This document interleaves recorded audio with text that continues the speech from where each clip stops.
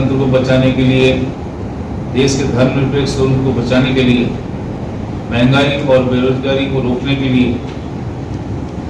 जो चुनाव हुआ 2024 का, इसमें हमारे जो राष्ट्रीय अध्यक्ष जी ने और हमारे नेता आदरणीय राहुल गांधी जी ने सभी हम कांग्रेस जनों को बधाई दी।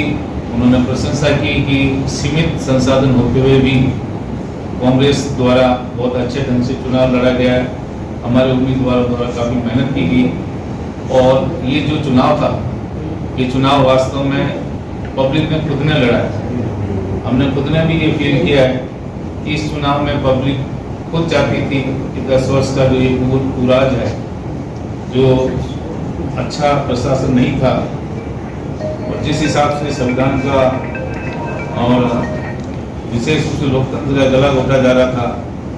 अत्याचारी प्रक्रिया अपनाई जा रही थी, 2 मुख्यमंत्रियों को जेल में डाला गया, ईडी सीबीआई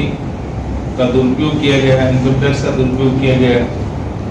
और जो मुद्दों की बात थी, इस पर पूरे चुनाव के दौरान भारतीय जनता पार्टी के नेताओं ने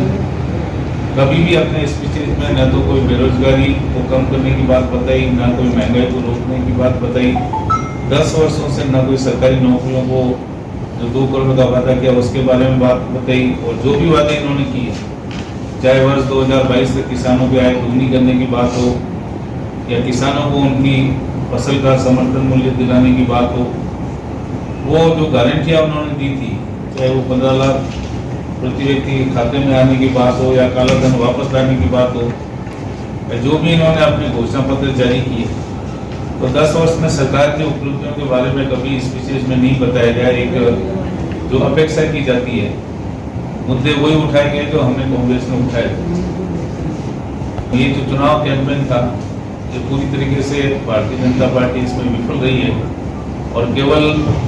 भ्रमित करने की दृष्टि से ये एग्जिट पोल के आंकड़े प्रकाशित हुए हैं। 4 जून को मतगणना है, वास्तविक स्थिति आपके सामने आ जाएगी। मेरा आपके माध्यम से यही कहना है कि जो जनता का सर्वे है वो इंडिया गठबंधन 295 प्लस सीटें आ रही है और हमें ये निर्देशित किया गया है कि पूरे मनोबल से हमें मतगणना की हमने तैयारी कर ली है। हमारे दोनों जिलाध्यक्ष जी बैठे हैं, हमने अपने खुद के काउंटिंग एजेंट्स की, क्योंकि ये जो चुनाव है हम बहुत सतर्कता इसमें बरत रहे हैं। कोई भी मेगाफाइट तरीका अपनाएगा तो हम उसको बर्दाश्त नहीं करेंगे। हम खुद ने अपनी अच्छी तैयारी है और इस मतगणना में हम पूरी सतर्कता से काम करेंगे। पूरा नॉलेज हमने अपने काउंटिंग एजेंट्स को, हमारे ARO सीट पे जो बैठेंगे हमारे कांग्रेस जन, उनको दिया है। तो मैं यही कहना चाहूँगा कि जनता के सामने सच को रखें, भ्रमित करने वाली बातें नहीं है। और इसके पीछे मुख्य उद्देश्य है जो मतगणना में आपको पता है कि 4 जून को पहले पूरे देश में मतगणना है, तो कांग्रेस पार्टी और इंडिया गठबंधन के अन्य दल मतगणना के प्रति बहुत ज़्यादा सचेत जागरूक ना हो और पहले से ही साइकोलॉजिकल रूप से डिमोरलाइज हो जाए, इसको दृष्टिगत करते हुए एग्जिट पोल के आंकड़े प्रभावित करके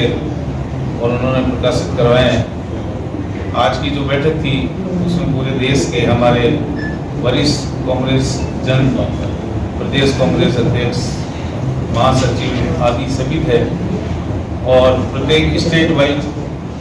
रिव्यू किया गया था हमारे राष्ट्रीय अध्यक्ष द्वारा। और रिव्यू के पश्चात में ये स्पष्ट हुआ कि इंडिया गठबंधन 295 प्लस सीट है और जो एग्जिट पोल है वो एग्जिट पोल को बिल्कुल हमने नकारा है, क्योंकि ये सत्य से परे है। ये एक तरह से सरकारी आंकड़े टाइप है, जबकि जनता का जो सर्वे है और जो हमारा इंडिया गठबंधन का सर्वे है वो 295 प्लस का है। और हमें ये निर्देशित किया गया है कि पूरे मनोबल से, ध्यान से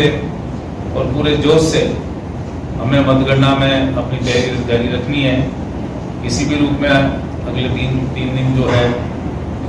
मनोवैज्ञानिक रूप से किसी दबाव में नहीं आना है, ना ही किसी सर्वे से प्रभावित होना है।